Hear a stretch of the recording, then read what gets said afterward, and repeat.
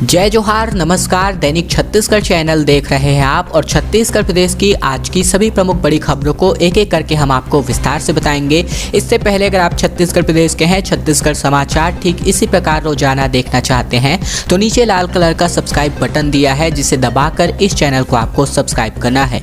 सबसे पहली बड़ी खबर है, महंगाई से थोड़ी राहत आम जनता को मिल गई है। टमाटर समेत सब्जियों के दाम में भारी गिरावट आई है। नई कीमतों का अपडेट हम आपके लिए लेकर आए हैं। दरअसल देश समेत पूरे प्रदेश में टमाटर के समेत सब्जियों के दाम पूरी तरीके से सुर्खियों में है। कई राज्यों में टमाटर 100 रुपए प्रति किलो में बिक रहा था, तो वही छत्तीसगढ़ की राजधानी रायपुर में भी टमाटर 100 रुपए प्रति किलो पर जा पहुंचा था। शहर वासियों को इससे बड़ी राहत मिली है। थोक बाजार में टमाटर के भाव में कुछ कमी देखी गई है, जिसके बाद से अब आम लोगों को महंगाई से थोड़ी राहत मिली है। शहर के प्रमुख बाजारों में 1 किलो टमाटर 35 से 40 रुपए प्रति किलो पर बिक रहा था, जबकि बीते दिनों टमाटर की कीमत 100 रुपए प्रति किलो पर था। टमाटर समेत अन्य सब्जियों के दाम में भी भारी गिरावट आई है। व्यापारियों का कहना है कि प्रोडक्शन बढ़ने की वजह से टमाटर के दाम में गिरावट आई है, तो वही आने वाले दिनों में दाम में और भी कमी आने की पूरी संभावना है। छत्तीसगढ़ के अलावा अन्य राज्यों जैसे कि दिल्ली, उत्तर प्रदेश और मध्य प्रदेश में दामों में भी कमी देखने को मिल रही है। तो वही मध्य प्रदेश की सबसे बड़ी चोइथराम फल एवं सब्जी मंडी में टमाटर की आवक कमजोर होती जा रही थी, जिसका असर उसके दामों पर देखा जा रहा था।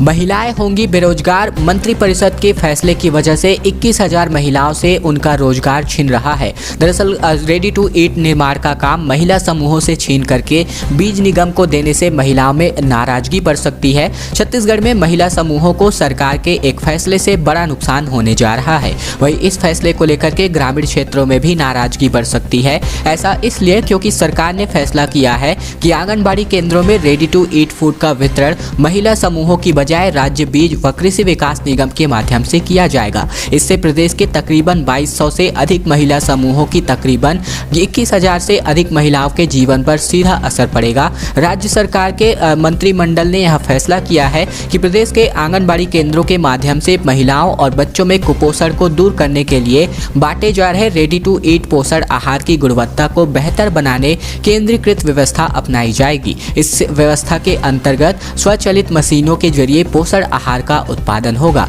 इसका निर्माण व वितरण का काम कृषि विकास एवं कृषक कल्याण व जैव प्रौद्योगिकी विभाग के माध्यम से छत्तीसगढ़ राज्य बीज व विकास निगम के माध्यम से किया जाएगा।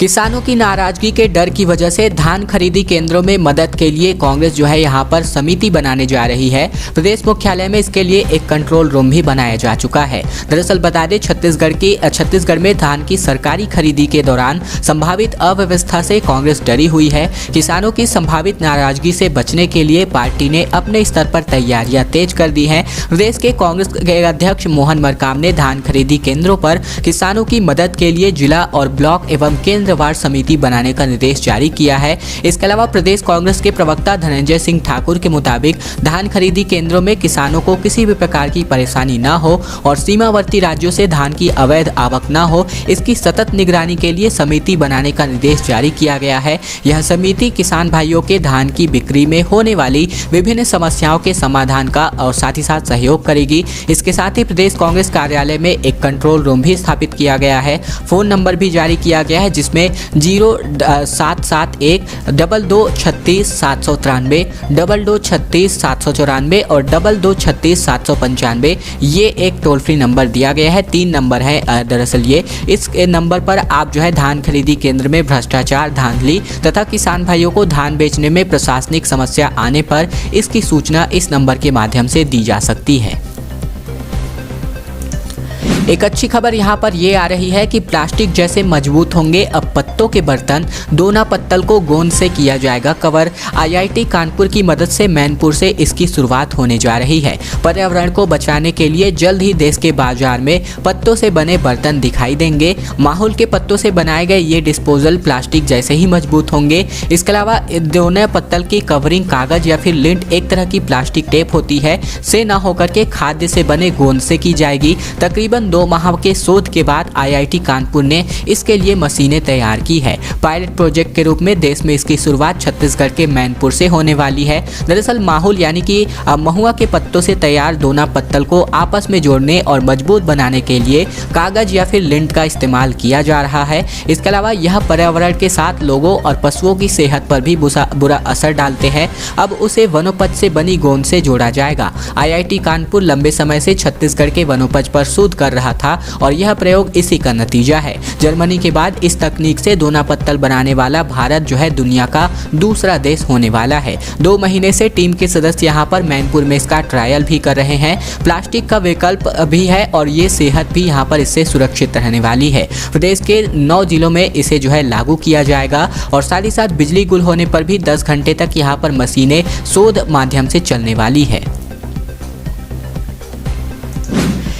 किसानों ने स्टेट हाईवे 25 पर किया है चक्का जाम। कांकेर पंखाजूर मुख्य मार्ग 5 घंटे से रहा बंद। धान खरीदी केंद्र खोलने की है मांग। दरअसल बता दें कि यहां पर छत्तीसगढ़ के कांकेर जिले में किसानों ने अपनी मांगों को लेकर के स्टेट हाईवे में चक्का जाम कर दिया। पिछले 5 घंटे से कांकेर और पंखाजूर मुख्य मार्ग पूरी तरीके से बंद रहा। सड़क की दोनों ओर वाहनों की लंबी कतार लग चुकी थी। फिलहाल प्रशासन और पुलिस जो है किसानों को जाम खुलवाने के बाद मना रही थी। इधर किसानों का कहना था कि जब तक उनकी मांगें पूरी नहीं होती हैं तब तक वे धरना स्थल से नहीं उठेंगे। जिले के कोंडे गांव के सैकड़ों किसान जो है यहाँ पर सुबह से तकरीबन 11 बजे से ही सड़क पर बैठ गए थे और किसानों ने गांव में धान उपार्जन केंद्र खोलने की मांग की। किसान साहू और साथ ही साथ रूपधर ने बताया कि पिछले कई सालों से प्रशासन से गाँव में ही धान उपार्जन केंद्र खोलने की मांग कर रहे हैं, लेकिन हमारी समस्या का समाधान नहीं किया जा रहा है। मजबूरी में 17 से 18 किलोमीटर दूरी तय करके धान बेचने दुर्ग कोंडुल जाना पड़ता है।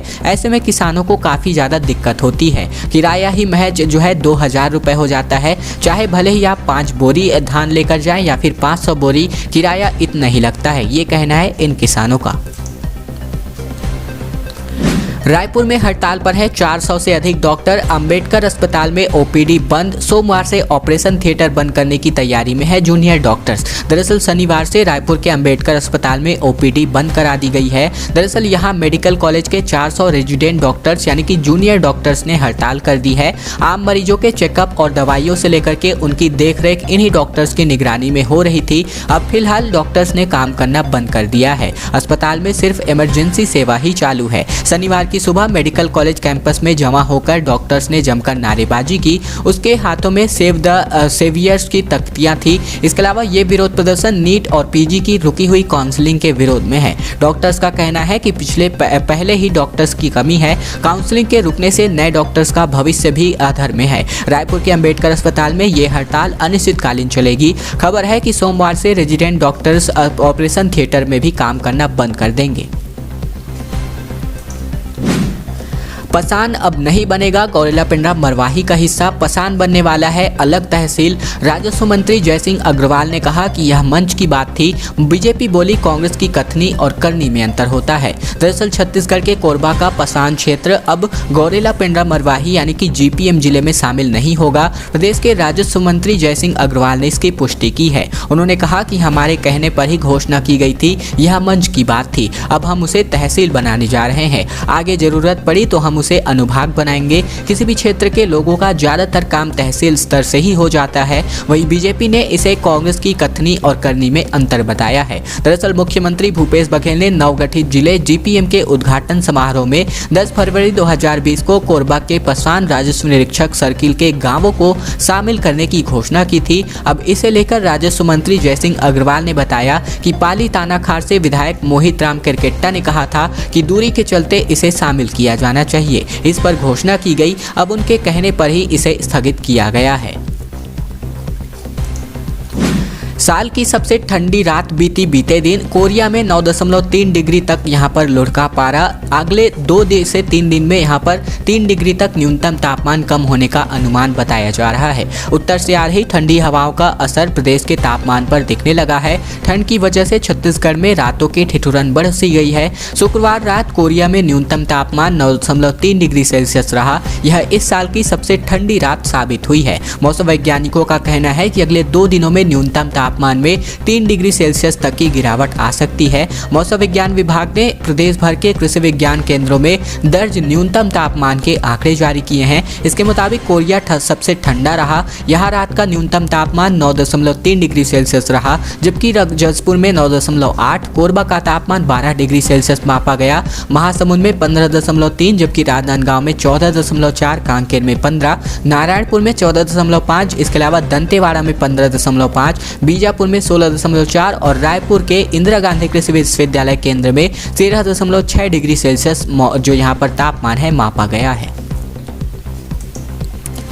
पोस्ट कोविड समस्याएं सामने आ रही हैं, यानी कि कोरोना से ठीक हुए कई लोगों को 6 माह से सर्दी और खांसी की दिक्कतें आ रही हैं। लोगों को हलाकान, थकान और दूसरी समस्याएं भी नजर हो रही हैं। दरअसल बता दें, यहाँ पर कोरोना से ठीक होने के बाद भी कई लोग नई तरह की परेशानियों से जूझ रहे हैं। पोस्ट कोविड समस्या में 6 माह तक सर्दी ठीक नहीं हो रही है। कुछ दिन के अंतराल में खांसी व बुखार आ रहा है। थकान भी प्रमुख समस्याएं बनती जा रही हैं। शहर के प्रमुख डॉक्टरों का कहना है कि वे अप्रैल से ऐसे 1000 से ज्यादा मरीज देख चुके हैं। प्रदेश में पिछले साल 18 मार्च को कोरोना का पहला केस मिला था।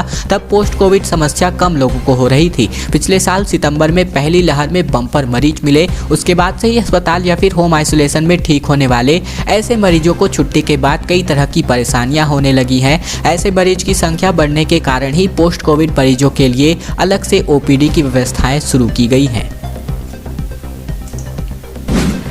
प्रभारी मंत्री के सामने दावेदारों का शक्ति प्रदर्शन सामने आ रहा है। मंत्री और चुनाव प्रभारी ने भिलाई निगम के 70 वार्डों के लिए मंथन किया। दिन भर कांग्रेसियों की भीड़ लगी रही। दरअसल भिलाई नगर निगम के 70 वार्डों में पार्षद उम्मीदवारों को नाम तय करने के लिए जिले के प्रभारी मंत्री मोहम्मद अकबर और चुनाव प्रभारी गिरीश देवांगन ने दिन भर मंथन किया। इस दौरान उनके साथ विधायक देवेंद्र यादव और कांग्रेस जिलाध्यक्ष मुकेश चंद्राकर भी नाम तय करने को लेकर के लगे रहे। इस दौरान स्वामी विवेकानंद भवन समिति नगर भिलाई में कांग्रेसी नेताओं का हुजूम लगा रहा। पार्षद टिकट के लिए दावेदारी करने वाले कांग्रेस नेता अपने समर्थकों के साथ काफिला लेकर स्वामी विवेकानंद भवन पहुंचे थे।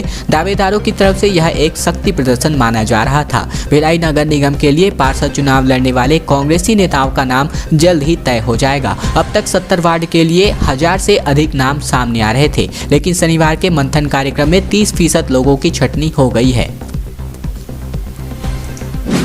भाजपा प्रदेश कमेटी ने जारी कर दी है निकायवार चुनाव प्रभारियों की सूची। दरअसल बता दें, रिसाली निगम के लिए नेता प्रतिपक्ष धर्मलाल कौशिक चुनाव प्रभारी होंगे, जबकि भिलाई 3 में चुनाव प्रभारी विधायक व पूर्व मंत्री बृजमोहन अग्रवाल होंगे। भिलाई नगर निगम के लिए चुनाव प्रभारी सांसद संतोष पांडे होंगे। नगर पालिका परिषद जामुल के लिए चुनाव प्रभारी पूर्व संसदीय सचिव लाभचंद बफना होंगे। इसके अलावा रायपुर बिरगांव के लिए अजय चंद्राकर, कोरिया में बैकुंठपुर के लिए रामविचार नेताम, कोरिया में नगर पालिका परिषद शिवपुर गरचा के लिए राम सेवक पैकरा, रायगढ़ जिले के लिए अमर अग्रवाल, जबकि राजनांदगांव जिले के खैरागढ़ के लिए डॉक्टर सियाराम साहू और प्रहलाद रजक होंगे। सूरजपुर की नगर पंचायत के लिए यहां पर श्याम बिहारी जायसवाल, जबकि बेमेतरा नगर पंचायत के मारो के लिए दयाल दास बघेल यहां पर प्रभारी होने वाले हैं। इसके अलावा कांकेर में औसेंडी के लिए महावीर सिंह राठौर, सुकमा में कोंटा के लिए आलोक सिंह ठाकुर को यहां पर प्रभारी बनाया गया है।